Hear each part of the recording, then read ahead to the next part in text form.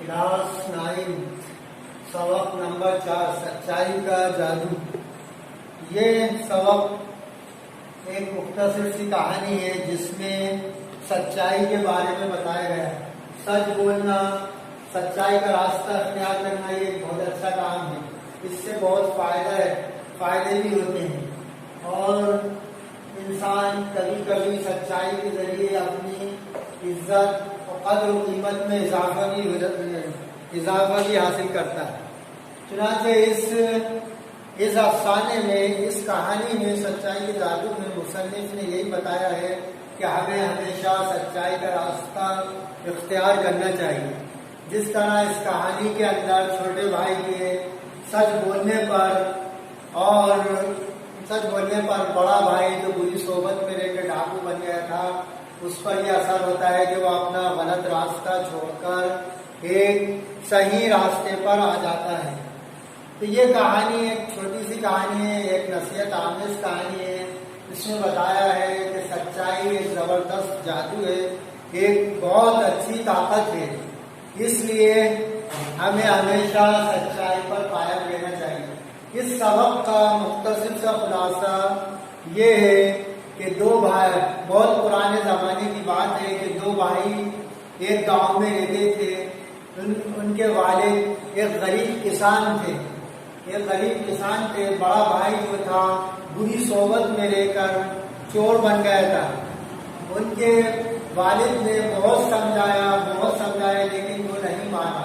तो तंग आकर उनके वालिद ने उसे घर से निकाल दिया और फिर उसके बाद वो जो किसान था चंद रोज बाद बुरी तरह बीमार हो गया और कुछ रोज बीमार रहने के बाद इंतकाल कर गया, यानी दुनिया से चल बसा।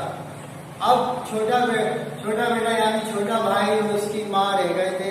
छोटे भाई ने अपनी जो छोटी सी जमीन थी जो उसके बाप की थी, छोटे भाई ने सोचा कि मैं इस जमीन को साहूकार के पास गिरवी रखकर कुछ पैसा उधार लेकर अपना गुजर बसर करूं। माँ भी तैयार हो गई। चुनांचे उन्होंने ये जमीन उस साहूकार के पास गिरवी रख दी और अपना गुजर बसर करने लगे। फिर उसने सोचा, छोटे भाई ने सोचा कि क्यों ना मैं शहर जाकर पैसे कमाऊं और अपनी जो गिरवी रखी जमीन है उसे वापस साहूकार से लूं। ये सोचकर उसने अपनी माँ को बताया। माँ भी राजी हो गई और उसे शहर जाने की इजाजत दे दी। इस तरह वो शहर चलता है और शहर जाकर एक डॉक्टर के यहाँ नौकर हो जाता है। डॉक्टर उसकी मेहनत और ईमानदारी से बहुत खुश होता है और उसे अपने यहाँ नौकर रख लेता है। और छोटा भाई बड़ा मेहनती था और फजूल खर्च भी नहीं था। वो बहुत कम खर्च करता था, ज्यादा से ज्यादा पैसे बचाकर अब रखता था। इस तरह चंद वर्षों में उसके पास बहुत सारे पैसे इकट्ठे हो गए। उस जमाने में उसके पास तकरीबन 200 रुपये जमा हो गए। तो 200 रुपये पुराने जमाने में बहुत अहमियत रखते थे, बड़ी रकम माने जाते थे। उसने सोचा कि ये मैं 200 रुपये लेकर अब मुझे गांव जाना चाहिए और मेरी जो जमीन साहूकार के पास गिरवी रखी है उसे वापस लेना चाहिए, ये पैसे देकर। ये सोचकर वो डॉक्टर से को बताता है और उससे गांव जाने की इजाजत लेता है। डॉक्टर बहुत खुश होता है और उसको अपने पास से और भी पैसे देता है और उसे गांव जाने की इजाजत दे देता है। लिहाजा ये अपने गांव जाता है। गांव जाने के दौरान जंगल में इसे डाकू मिल जाते हैं और डाकू जो थे वो इससे सारे पैसे यानी 200 रुपये जो उसने मेहनत से कमाए थे वो छीन लेते हैं और ये खाली हाथ बजाता है। ये सोचता है अब मेरे पास रुपये तो बचे नहीं और अब मैं बगैर रुपए के गांव जाकर क्या करूंगा। उसे बड़ा दुख होता है। फिर वो ये सोचकर डाकुओं से कहता है कि भाइयों, मैं चाहता हूँ कि तुम लोग मुझे भी अपने साथ ले चलो, मैं तुम्हारी हर किस्म की खिदमत करूंगा। डाकुओं को उस पर तरस आ जाता है, तो डाकुओं का सरदार भी उसकी बात मान लेता है और डाकू उसे अपने साथ आंखों पर पट्टी बांधकर अपने अपने ठिकाने पर ले जाते हैं। इस तरह वो डाकुओं के साथ उनके ठिकाने पर पहुंच जाता है और वहां वो खाना पकाने का काम करने लगता है। डाकुओं का खाना पकाता रहता है। एक रोज डाकुओं से कहता है वो डाकुओं के सरदार से कि मैं अब वापस अपने गांव में वापस अब शहर जाना चाहता हूँ और मुझे जाने की इजाजत दीजिए। तो डाकुओं का सरदार ये सुनकर कहता है ठीक है, लेकिन वो ये कहता है रास्ते में बड़ा घना जंगल है और मुझे एक छोटी सी तलवार चाहिए ताकि मैं जंगली जानवरों से अपनी हिफाजत कर सकूं। डॉक्टर खुश होता है, डॉक्टर नहीं बल्कि डाकुओं का सरदार थोड़ी देर सोचकर ये कहता है कि ठीक है तुम जा सकते हो, लेकिन हम लूटी हुई चीज वापस नहीं करते। हाँ, तुम तलवार मांग रहे हो, तलवार हमारे पास बहुत सी है, तुम जो समझ में आए वो ले सकते हो। डाकुओं का सरदार बहुत सारी तलवारें लाकर उसके सामने रख देता है। वो छोटा भाई देखता है, उसमें से एक तलवार छोटी जंग आलूद वो ले लेता है। डाकुओं का सरदार वो तलवार लेकर और डाकू उसकी आंखों पर पट्टी बांधकर उसे वापस शहर के रास्ते पर छोड़ देते हैं। इस तरह वो वापस शहर पहुंचता है और सीधा डॉक्टर के घर जहां वो पहले नौकरी करता था। डॉक्टर को अपनी सारी दुख भरी दास्तान अपने साथ जो भी हुआ उसके बारे में बताता है कि मैंने इतनी मेहनत से जो 200 रुपये कमाए इकट्ठे किए, जो मेरे बरसों की कमाई थी, जो डाकुओं ने मुझसे लूट ली, छीन ली और मैं इस तरह वहाँ उनके यहाँ कुछ दिन तक रहा और अब मैं वहाँ से यहाँ तुम्हारे पास आया हूँ। डॉक्टर उसको वापस अपनी यहाँ नौकर रख लेता है क्योंकि डॉक्टर पहले से ही उससे खुश था, उसकी ईमानदारी और मेहनत से। तो डॉक्टर दोबारा उसे अपने यहाँ नौकरी पे रख लेता है। इस तरह वो वहाँ फिर काम करने लगता है। डॉक्टर जब उसकी तलवार देखता है, छोटी जंग आलूद तलवार, तो डॉक्टर देखकर बहुत खुश होता है और कहता है ये तो बड़ी नायाब और कीमती तलवार है, तुम्हें डाकुओं से जो मिली है वो बहुत कीमती और नायाब तलवार है। डॉक्टर फिर अपने एक दोस्त था जो तलवारों का माहिर था।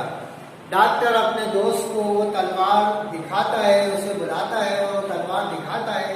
जब वो उसका दोस्त वो तलवार देखता है तो कहता सचमुच ये तलवार बहुत नायाब यानी बहुत कीमती तलवार है जो बहुत कमी से मिलती है। नायाब यानी कम मिलने वाली, नायाब यानी कम मिलने वाली, नायाब कम मिलने वाली और कीमती है। तो डॉक्टर खुशी से, डॉक्टर का दोस्त जो था वो जो तलवार का माहिर था, वो खुशी से उछलने लगता है और कहता है कि अगर तुम ये तलवार बेचना चाहते हो तो मैं इसे खरीदने के लिए तैयार हूँ, मैं इसके 400 रुपये तक तुम्हें दे सकता हूँ, ये बहुत कीमती नायक तलवार है। तो छोटा भाई फौरन तैयार हो जाता है कि 400 रुपये देना है, उसे तो पैसों की जरूरत थी। इस तरह वो तलवार उसको बेच देता है और 400 रुपये लेने के बाद अब उसके दिमाग में ये आता है कि क्यों ना मेरे पास इतने पैसे हो गए, अब मैं गांव वापस जाना चाहिए और वहाँ मेरी जो जमीन गिरवी साहूकार के पास है उसे वापस लेना चाहिए। तो वो फिर डॉक्टर से इजाजत लेता है और डॉक्टर उसे खुशी रवाना कर देता है। लिहाजा ये फिर गांव के रास्ते में चल देता है और रास्ते में चलते हुए फिर वो जंगल में उसे डाकुओं के सरदार से मुलाकात होती है। डाकुओं का सरदार जो इससे पहले मिल चुका था देखकर बहुत हैरान होता है और फिर पूछता है कि तुम यहाँ कैसे। इसी दौरान छोटा भाई उसे सलाम करता है और अपनी जेब से 200 रुपये निकालता है और डाकुओं के सरदार के हाथ पर रख देता है। डाकुओं का सरदार देखकर हैरान हो जाता है कि ये 200 रुपये कैसे। छोटा भाई बताता है ये रुपये दरअसल तुमसे जो मैंने जंग आलू तलवार ली थी वो बहुत नायाब और कीमती तलवार थी, जिसे एक माहिर तलवार ने 400 रुपये में खरीद लिया और इस तरह मेरे पास 400 रुपये आ गए। क्योंकि तुमने मुझसे 200 रुपये छीने थे, इसलिए 200 रुपये मैंने अपने ले लिए और बाकी 200 रुपये जो बचे वो मैं तुम्हें वापस करता हूँ। डाकू का सरदार ये देखकर हैरान हो जाता है कि आज भी दुनिया में इतने ईमानदार और सच्चे लोग हैं जो इस तरह सच्चाई का साथ देते हैं। डाकुओं का सरदार उनसे पूछता है कि तुम कौन से गांव के रहने वाले हो, तुम्हारा नाम क्या है, तुम्हारे वालिद का नाम क्या है। छोटा भाई अपने गांव का नाम भी बताता है, वालिद का नाम भी बताता है। इस तरह जब वो बताता है तो वो डाकुओं का सरदार हैरान होकर और खुशी से उसे गले लगा लेता है अपने, और भर्राई हुई आवाज में, रोने जैसी आवाज में कहता है कि मैं तुम्हारा बड़ा भाई हूँ और चूंकि मैं बुरी सोबत में पढ़कर बचपन में मैं बुरी सोबत में रहकर चोर बन गया था, इसलिए मेरे बाप ने मुझे बुरी तरह से घर से निकाल दिया था और फिर मैं कुछ रोज बाद चोरी करते करते डाकू बन गया और मैं एक बड़ा डाकू बनकर रह गया। लिहाजा वो उस पर ये असर होता है डाकू के सरदार में कि तुम्हारे सच बोलने से और तुम्हारे सच्चाई पर चलने से मुझ पर ये असर हुआ कि आज के बाद मैं डाका जनी छोड़ दूंगा और सच्चाई के रास्ते पर चलूंगा। और वो अपने तमाम साथी डाकुओं को बुलाता है और कहता है कि भाइयों, आज से मैंने डाका जनी और डाकुओं वाला काम खत्म कर रहा हूँ और मैं अब एक नेक और अच्छे रास्ते पर चलना चाहता हूँ और तुमसे भी कहता हूँ कि तुम लोग भी डाका जनी और ये बुरे काम छोड़ दो और अच्छाई के रास्ते पर चलो। वो लोग भी इस पर तैयार हो जाते हैं। जो कुछ लूटी हुई रकम डाकुओं के सरदार के पास थी वो आपस में उन लोगों को बांट देता है और खुद अपने छोटे भाई के साथ गांव की तरफ रवाना हो जाता है और छोटे भाई से कहता है आज से मैं तुम्हारे साथ और माँ के साथ मैं गांव में रहूंगा और मेहनत करूंगा और ये बुरा काम आज से मैं छोड़ता हूँ। लिहाजा वो अपनी इस डाका जनी वाले काम को छोड़कर गांव की तरफ रवाना जाते हैं दोनों भाई। वहां जाकर साहूकार से अपनी गिरवी पर रखी जमीन वापस लेते हैं और इस तरह वो दोनों गांव में बखुशी मेहनत और मशक्कत करके अपने लिए रोजी हासिल करते हैं और इस तरह अपना गुजर बसर करते हैं और बुरे रास्ता छोड़ देते हैं। इस तरह ये अफसाने की ये छोटी सी कहानी में ये पैगाम है, ये नसीहत है कि हमें भी सच्चाई इख्तियार करना चाहिए। सच्चे इंसान की दुनिया में बड़ी कदर और कीमत होती है और हर शख्स उसको इज्जत की निगाह से देखता है और गलत काम गलत होता है और झूठ और बुरे कामों से बचना चाहिए। इस तरह यह अफसाना में सच्चाई का असर बताया है कि सच्चाई ज़बरदस्त असर रखती है और ये दूसरों को भी मुतासिर करती है और उन्हें भी अच्छे रास्ते पर चलने के लिए मजबूर कर देती है। इस तरह ये सच्चाई का जादू जो मुख्तसर सा अफसाना था जिसके मुसन्निफ सुरजीत हैं जिन्होंने इस अफसाने को लिखा है। तो ये अफसाना यहाँ खत्म होता है। मैं समझता हूँ ये आपको समझ में अच्छी तरह आ गया होगा। आपको इसे फिर से किताब में से पढ़ना है 2-3 बार, फिर इसका खुलासा अपनी ज़बान में लिखना है और उसके बाद इसके मुश्किल अल्फाज लिखना है और कुछ क़वाइद के सवालात हैं उसे भी समझना है। इसमें कुछ सही गलत के सवालात हैं, उसकी निशानदही करना है, और कुछ अमली कवायद में है उसको समझना है, जैसे कवायद यानी ग्रामर, इसमें कुछ मुहावरों को समझना है जुमलों में इस्तेमाल करके, और कुछ और भी है कहावतों को मुकम्मल करना। ये भी एक जोड़ी वाला सवाल है जिसको अलीफ से बे में मिलाना है। ये भी आसान में समझता हूँ, आप लोग इसको कर सकते हैं खुद से। अब यहाँ कुछ मुहावरे दिए, खुशी से उछलना यानी बहुत ज्यादा खुश होना, खुशी से उछलना, ये मुहावरा है, इसको जुमले में इस्तेमाल करना है। मुहावरों का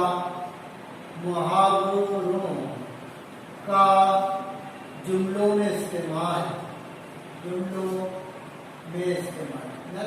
यानी मुहावरों का जुमलों में किस तरह इस्तेमाल किया जाता है। एक सवाल कवायद का ये भी आता है, अभी हमने पढ़ा था कवायद के 3 सवाल। नंबर 1 इस्म किसे कहते हैं, नंबर 2 मुतरादिफ अल्फाज किसे कहते हैं, और तीसरे नंबर पे था वाहिद और जमा किसे कहते हैं। और वाहिद और जमा जो अल्फाज हैं उनको भी वाहिद की जमा की वाहिद बनाना, ये हमने अच्छी तरह समझा थे 3 सवाल। अब ये अगला सवाल है कवायद का। कवायद 9th क्लास में बहुत अहमियत रखती है, बगैर कवायद के अच्छे नंबर नहीं आ सकते। कवायद के सवाल 60 नंबर के होते हैं, जो मैंने बताया आपको, ये सब आते हैं एग्जाम में, बड़ी क्लासों तक आएंगे। ये 9th क्लास 10th 11 12 बराबर आएंगे, इसलिए इस पर खास ख्याल रखना है। तो मुहावरा का जुमलों में इस्तेमाल, ये भी एक कवायद का ही सवाल है। खुशी से उछलना, खुशी से उछलना यानी बहुत ज्यादा खुश हो जाना, बहुत ज्यादा खुश होना, इसका मतलब हुआ बहुत ज्यादा खुश होना। इसे अच्छे से समझ में लिख लें, खुश होना। अब इसका जुमला भी आसानी से बन सकता है। आमिर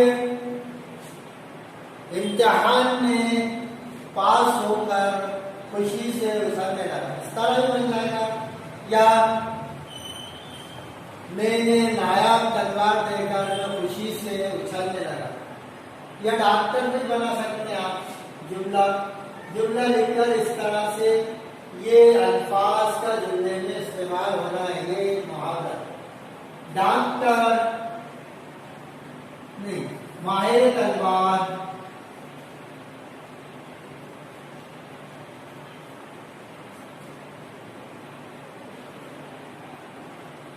नायाब तलवार देखकर खुशी से उछलने लगा। नायाब तलवार देखकर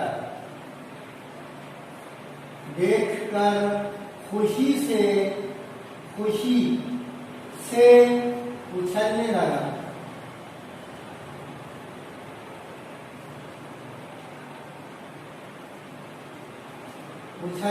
खुशी से उछलने लगा।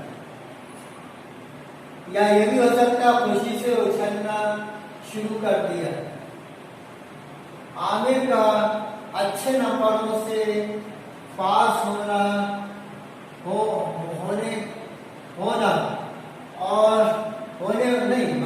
आमिर का अच्छे नंबरों से पास होने पर वो खुशी से उछलने लगा, ये भी हो जाएगा। इसका जुमला जरूरी नहीं है सेम यही हो, कुछ कैसे भी आप उसका इस्तेमाल कर सकते हैं, बस शर्त ये है खुशी से उछलना ये आना चाहिए। उछलने भी चल जाएगा, उछलना भी चल जाएगा, दोनों तरह से आप बना सकते हैं। दूसरा है दंग ले जाना। दंग ले जाना यानी हैरान हो जाना, इसको लिखना है और इसके लिखने की 2-3 बार प्रैक्टिस करना है ताकि बहुत अच्छी तरीके से आपको ये समझ में आए किस तरह से इसका जुमला बनता है। दूसरा इसमें है दंग रह जाना। दाल से दाल नून वाफ दंग रह जाना। दंग रह जाना यानी हैरान हो जाना, हैरान हो जाना। हैरानी के सबब इस्तेमाल होता है कि दंग रह जाना। जैद सांप को देखकर दंग रह गया, ये या चोर पुलिस को देखकर दंग रह गया। आप मतलब हर तरह से इसका जुमला बना सकते हैं। आमिर सांप को देखकर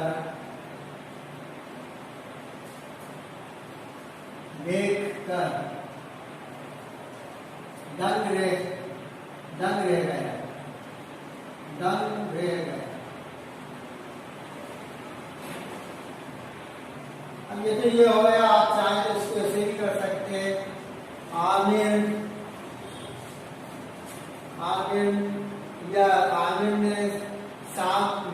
आमिर ने अपने घर पर अपने दोस्त को देखकर दंग रह गया, ये भी जाएगा।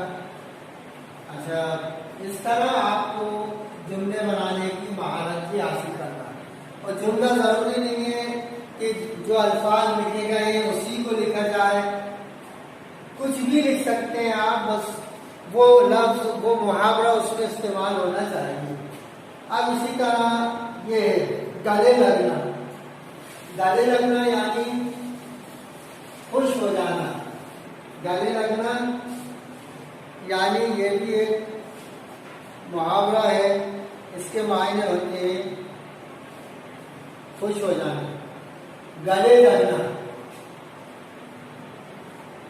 गले लगना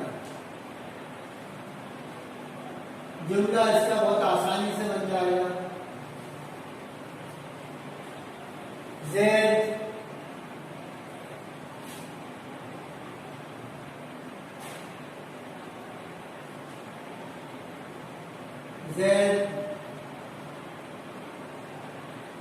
ज़ैद के इम्तिहान में कामयाब हो जाने पर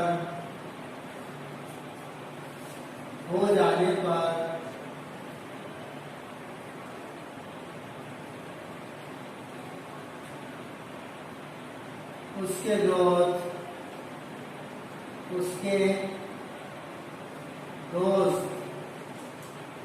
उसके गले लगने लगे। ये भी हो सकता है, या आप और तरीके से ही बना सकते हैं। गले लगना, ज़ैद के इम्तिहान में कामयाब हो जाने पर उसके दोस्त उसके गले लगने लगे, ये भी हो जाएगा। और भी तरीके से आप बना सकते हैं, इसमें जरा भी मुश्किलात नहीं है। उसके बाद है भूले ना समाना, ये भी खुश होना।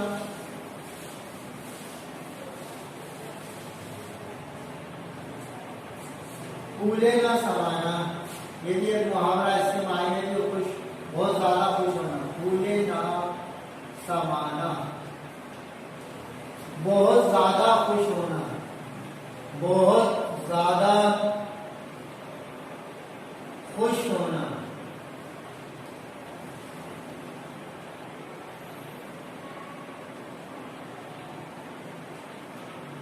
जुमला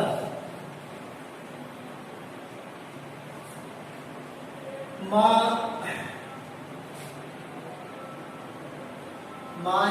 अपने बेटे के कामयाब होने पर भूली ना समाए। आया आमिर के पास होने पर उसके घर वाले, या और भी तरीके से आप बना सकते हैं। इसमें यह है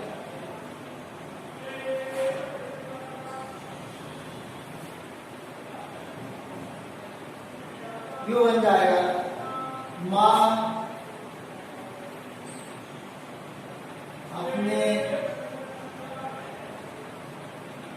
बेटे के इम्तिहान में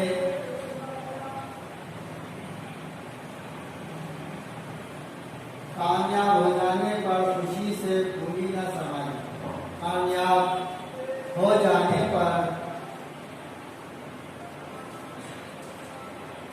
फूली न समाई। फूली न समाई। इस तरह आप इसको किसी भी तरीके से जुमला बना सकते हैं। ये 5 नंबर का सवाल होता है और जरा सी लापरवाही में ये सवाल खराब भी हो सकता है। छोटा जुमला बनाएं, किसी छोटे से छोटा बनाकर इस जुमले को के सवाल को पूरा किया जाए, इसे अधूरा न छोड़ा जाए, न इसे कुछ इससे घबराया जाए। इस तरह आप जुमले बनाने की प्रैक्टिस करेंगे और ज़्यादा से ज़्यादा इसकी लिखने की प्रैक्टिस करेंगे। अगर लिखना नहीं आता तो आपके लिए ये सवाल का जवाब लिखना बहुत ही मुश्किल हो जाएगा। इसलिए ज़्यादा से ज़्यादा लिखने की प्रैक्टिस करना है, ज़्यादा से ज़्यादा लिखना है, नहीं तो ये सवाल नामुमकिन हो जाएगा। किसी भी सवाल को सबसे पहले समझा जाए, फिर उसको आसानी से दिमाग से जुमला बनाया जाए, फिर इसे लिखकर देखा जाए, तो इस तरह आप जो है हर सवाल का जवाब बहुत आसानी से लिख सकते हैं। अगर आप जरा सी भी लापरवाही करेंगे तो बहुत मुश्किल हो जाएगा। इसमें ख्याल रखने वाली बात यह है कि उर्दू का बार बार लिखना है। उर्दू लिखने से ही आती है। अगर आप जरा सी भी बेतवज्जाही या ध्यान की कमी के सबब आप लिखने से जरा भी सुस्ती करेंगे तो ये उर्दू आपकी मजबूत नहीं हो पाएगी और आपको इसका नुकसान ये होगा कि उर्दू सवालात के जवाब लिखने के लिए आपको परेशान होना पड़ेगा। और उर्दू में जब भी महारत पैदा होगी जहाँ तक आप ज़्यादा से ज़्यादा लिखेंगे नहीं तो आपका मुश्किल है जवाब का लिखना। तो इस तरह अब ये दूसरा सवाल है, ये कवायद से जुड़ा सवाल है कि अलीफ और बे की मदद से कहावतों को मुकम्मल कीजिए। अभी हमने मुहावरों को पढ़ा था, अब कहावतों की बात आ रही। कहावत भी बहुत सी ऐसी हैं जिसे हमें हमारे उर्दू अदब में इन अल्फाज का इस्तेमाल होता है, जैसे मुल्ला की दौड़। मुल्ला की दौड़ ये कहावत है, मुल्ला की दौड़। और दूसरा है दो मुल्लाओं में, ये दो मुल्लाओं में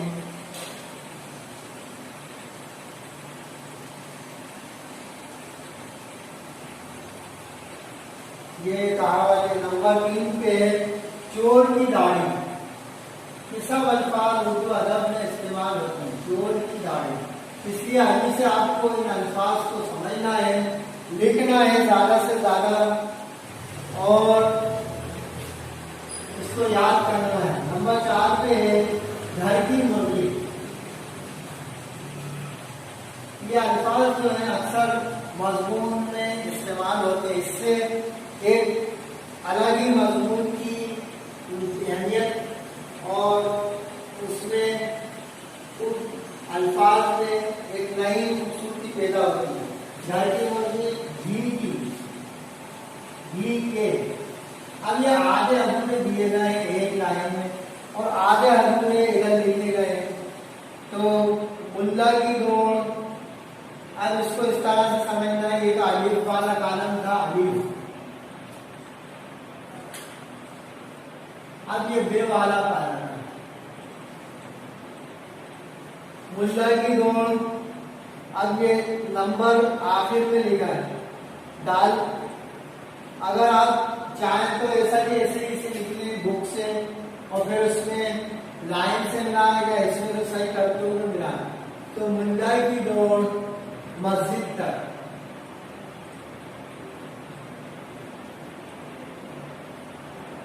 यह आ जाएगा।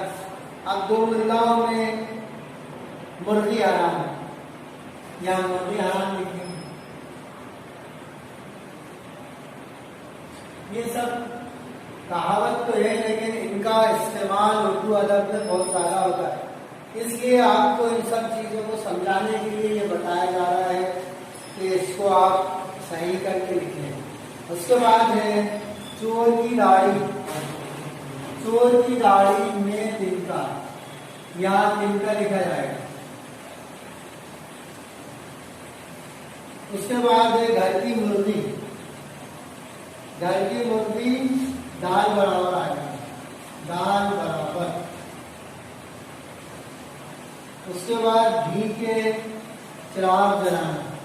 तो ये ऊपर नीचे थे जिसे मैंने ये आपने सामने कर दिया, और इस तरह इन अल्फाज को अच्छे से समझना है, दो दो चार चार बार लिखना है, क्योंकि उर्दू ज़बान में इन अल्फाज का इस्तेमाल बहुत होता है। ये कहावत है लेकिन कहावत होने के बावजूद भी इसका इस्तेमाल बहुत ज़्यादा है, और इस तरह से आपको ये कालम मिलाना है। मुल्ला की दौड़ मस्जिद तक, दो मुल्लाओं में मुर्गी हराम, चोर की दाढ़ी में तिनका, घर की मुर्गी दाल बराबर, और घी के चिराग जलाना। इस तरह ये कहावतों की एक जोड़ी का सवाल था जो मैंने इसे आपको समझाया। हो सकता है आप समझ चुके हैं। अब इस तरह आपके कवायद के 5-6 सवाल हो चुके हैं, जिसमें नंबर 1 इस्म। इस्म किसे कहते हैं? इस्म बता चुका हूँ, लिखवा चुका हूँ, फिर से एक बार बता रहा हूँ। इस्म किसी शख्स, चीज या जगह के नाम को इस्म कहते हैं। उसकी मिसाल जैसे आमिर, आमिर, किताब, भोपाल, ये उसकी मिसालें जाएंगी। इसी तरह मुतरादिफ अल्फाज किसे कहते हैं?